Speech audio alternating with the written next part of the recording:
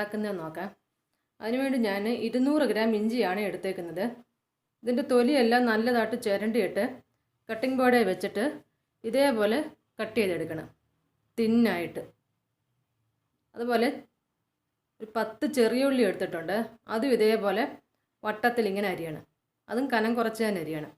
ഈ 10 ചെറിയ ഉള്ളി ഞാനൊരു മീഡിയം സൈസ് 10 ചെറിയ ഉള്ളി എടുത്തേക്കുന്നത്. അതുപോലെ 2 പച്ചമുളക്, അതും വട്ടത്തിൽ അരിയണം. പിന്നെ കുറച്ച് ശർക്കര വേണം. പിന്നെ കുറച്ച് കറിവേപ്പില വേണം. പിന്നെ ഒരു വലിയ ലെമൺ സൈസ് പുളി, അതൊരു 1/2 കപ്പ് വെള്ളത്തിൽ കുതിരാൻ വെച്ചേക്കണം. ഇപ്പം പെട്ടെന്ന് വേണമെങ്കിൽ ചെറിയ ചൂടുവെള്ളം ഒഴിച്ചു കൊടുത്താൽ മതി. ഇല്ലെങ്കിൽ നേരത്തെ നമ്മൾ കുതിരാൻ വെക്കുവാണെങ്കിൽ സാധാ വെള്ളം, നോർമൽ വെള്ളം തന്നെ ഒഴിച്ചാൽ മതി, അത് കുതിർന്ന് വന്നോളൂ. പിന്നെ പൊടികളൊക്കെ ഞാൻ ചേർക്കാൻ നേരത്തെ പറയാം. അതുപോലെ ഇഞ്ചി ഞാൻ എങ്ങനെ കട്ട് ചെയ്തതെന്ന് വെച്ചാൽ ഈ തൊലിയെല്ലാം ചുരണ്ടിയിട്ട് കഴുകി അതിൻ്റെ വെള്ളമെല്ലാം പോയതിന് ശേഷമാണ് ഇതിങ്ങനെ കട്ട് ചെയ്ത് വെക്കാൻ. ഇതേപോലെ വെച്ചിട്ട് കട്ടിംഗ് ബോർഡിൽ വെച്ചിട്ട് ഇങ്ങനെ കട്ട് ചെയ്താൽ മതി, കനം കുറച്ച്.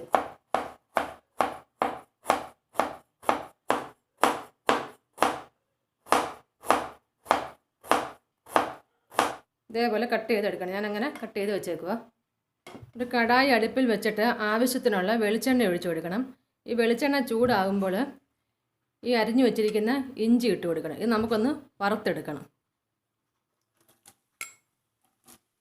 ഈ ഇഞ്ചി ഇനി നമുക്കൊന്ന് നല്ല ഒരു ഗോൾഡൻ ബ്രൗൺ ആകുന്നിടം വരെ ഒന്ന് ഇങ്ങനെ ഇളക്കി കൊടുത്തുകൊണ്ടേ ഇരിക്കണം. നല്ല ക്രിസ്പി ആയിട്ട് വറുത്തെടുക്കണം. ഇത് വറുത്ത് കഴിഞ്ഞിട്ട് നമുക്കിതൊന്ന് ചെറിയ തരിയോടുകൂടി ഒന്ന് പൊടിച്ചെടുക്കണം. അതിനാണ് ഇത് വറക്കുന്നത്. അതുപോലെ നിങ്ങളിത് അരിയുമ്പോൾ ഒരേ സൈസിൽ തന്നെ അരിയാൻ ശ്രദ്ധിക്കണം. അങ്ങനെയാണെങ്കിൽ ഒരേപോലെ മൂത്ത് കിട്ടത്തുള്ളൂ. അഥവാ അരിയുമ്പോൾ ചെറിയൊരു സൈസ് വ്യത്യാസമൊക്കെ വന്നാൽ കുഴപ്പമില്ല.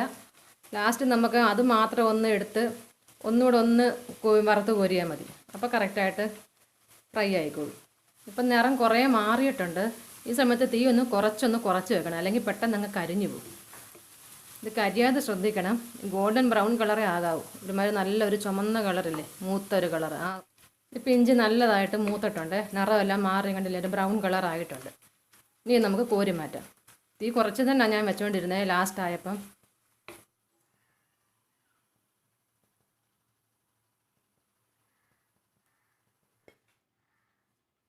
അതേ എണ്ണയിലോട്ട് നമുക്ക് അരിഞ്ഞു വച്ചിരിക്കുന്ന ചുമന്നുള്ളിയും പച്ചമുളകും കൂടി ഇട്ട് കൊടുത്ത് അതും ഒന്ന് വറുത്തെടുക്കണം.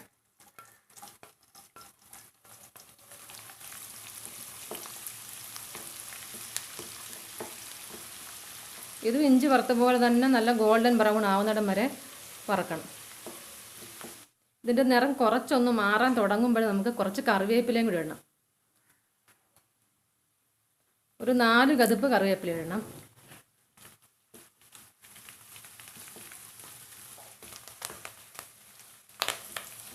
ഇത് ഇവിടെ നല്ല ചുമക്കെ മൂത്തിട്ടുണ്ട്. ഇനി നമുക്കിതും കോരി മാറ്റാം.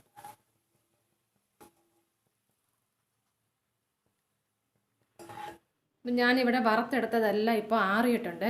ഇനി നമുക്കിതൊന്ന് പൊടിച്ചെടുക്കണം. ഒരു മിക്സിയുടെ ജാറിലോട്ട് ഇതെല്ലാം കൂടി ഇട്ട് കൊടുക്കണം.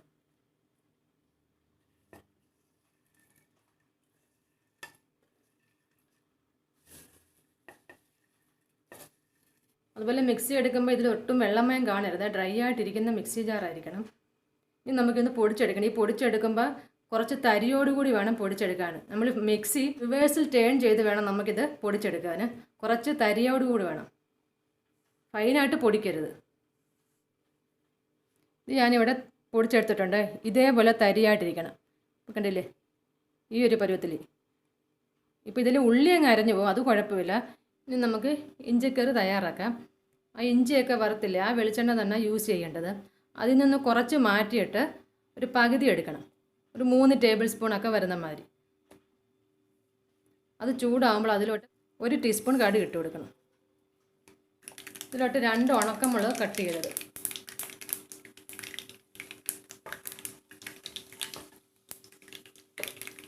കുറച്ച് കറിവേപ്പില. ഇനി ഫ്ലെയിം ഓഫ് ചെയ്യണം. ഇനി നമുക്ക് ഇതിലോട്ട് പൊടികളൊക്കെ ഇട്ട് കൊടുക്കണം. ഇപ്പോഴേ നമ്മൾ ഈ പൊടികൾ ഇട്ട് കൊടുത്താൽ പൊടി അങ്ങ് പെട്ടെന്ന് കരിഞ്ഞു പോകും. അപ്പോൾ ഇത് കുറച്ചൊന്ന് ചൂട് മാറട്ടെ, ഒരു പകുതി ചൂട്, അതുവരെ ഒന്ന് വെയിറ്റ് ചെയ്യുക. അപ്പോൾ കുറച്ച് ചൂടൊന്ന് മാറിയിട്ടുണ്ട്. ഇനി ഇതിലോട്ട് പൊടികളിട്ട് കൊടുക്കണം. ആദ്യം മുളക് പൊടി ഇടണം. 1.5 ടേബിൾ സ്പൂൺ മുളക് പൊടി, 1/2 ടേബിൾ സ്പൂൺ മല്ലിപ്പൊടി, 1/4 ടീസ്പൂൺ ഉലുവാപ്പൊടി, 1/4 ടീസ്പൂൺ കായപ്പൊടി. ഇനി നമുക്ക് തീ കത്തിച്ചിട്ട് സിമ്മിലിടണം തീ. എന്നിട്ട് ഇതൊന്ന് ഇളക്കി കൊടുത്തുകൊണ്ടിരിക്കണം. ഇതിൻ്റെ പച്ചമണം ഒന്ന് മാറണം, ഒന്ന് മൂത്ത് വരണം. ഈ പൊടിയെല്ലാം നല്ലതായിട്ട് മൂത്ത മണം വന്നിട്ടുണ്ട്. തീ കുറച്ച് വെച്ചുകൊണ്ട് വേണം ഇങ്ങനെ ഇളക്കി കൊടുക്കാൻ. ഇനി ഇതിലോട്ട് നമുക്ക് പുളി ചേർത്ത് കൊടുക്കണം.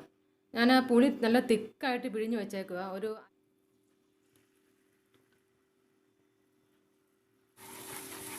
ഒന്ന് മിക്സ് ചെയ്ത് കൊടുക്കണം.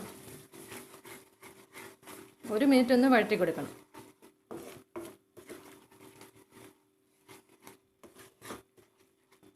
ഇനി ഇതിലോട്ട് കുറച്ച് ചൂടുവെള്ളം ഒഴിച്ചു കൊടുക്കണം. ആവശ്യത്തിനുള്ള ഉപ്പും ഇട്ട് കൊടുക്കണം.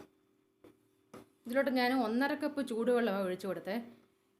ഇതിലോട്ട് കുറച്ച് ശർക്കരയും കൂടെ ചേർത്ത് കൊടുക്കണം. അത് ഞാൻ ശർക്കര ഒന്ന് ചീകി എടുത്തേക്കുക, അതും കൂടെ ചേർത്ത് കൊടുക്കണം.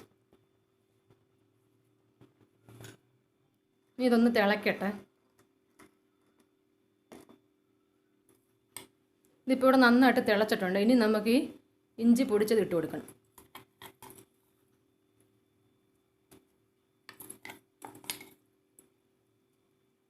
ഇത് ശർക്കര ഞാനിവിടെ ഇപ്പോൾ ഒരു 3 ടേബിൾ സ്പൂണോളം ചേർത്ത് കൊടുത്തായിരുന്നു. നല്ല ചിരണ്ടി എടുത്ത ശർക്കരയാണ്.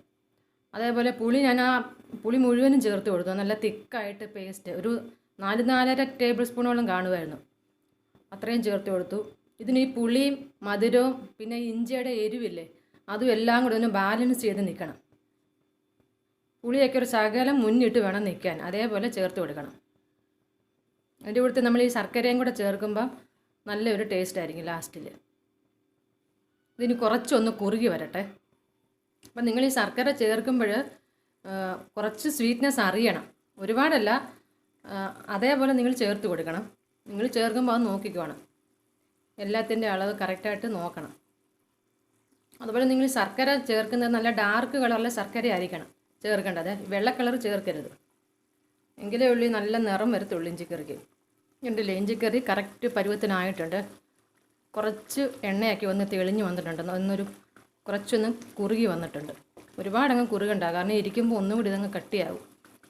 ഇഞ്ചിയുടെ ഫ്ലേവറും എല്ലാം നല്ലതായിട്ട് ഇറങ്ങിയിട്ടുണ്ട്. ഇത് ഇഞ്ചിക്കറി റെഡി ആയിട്ടുണ്ട്. ഈ ഒരു പരുവത്തിലിരിക്കണം. ഇത് കണ്ടില്ലേ, ഇഞ്ചി കുറച്ച് കാണുന്ന പോലെ കണ്ടോ, തരിതരിയായിട്ട് നമ്മൾ അതേപോലെ പൊടിച്ചേക്കുന്നത്. കുറച്ചൊരു തരിതരിയായിട്ട് ഇങ്ങനെ കിടക്കും. എല്ലാവരും ഇത് ട്രൈ ചെയ്ത് നോക്കണം, എന്നിട്ട് കമൻസൊക്കെ അറിയിക്കണം. വീഡിയോ ഇഷ്ടമായെങ്കിൽ ലൈക്ക് ചെയ്യണം, സബ്സ്ക്രൈബ് ചെയ്യണം, ഷെയർ ചെയ്യാനും മറക്കരുത്. അതുപോലെ എൻ്റെ ഫേസ്ബുക്ക് പേജ് നിങ്ങൾ ലൈക്ക് ചെയ്യണം. താങ്ക്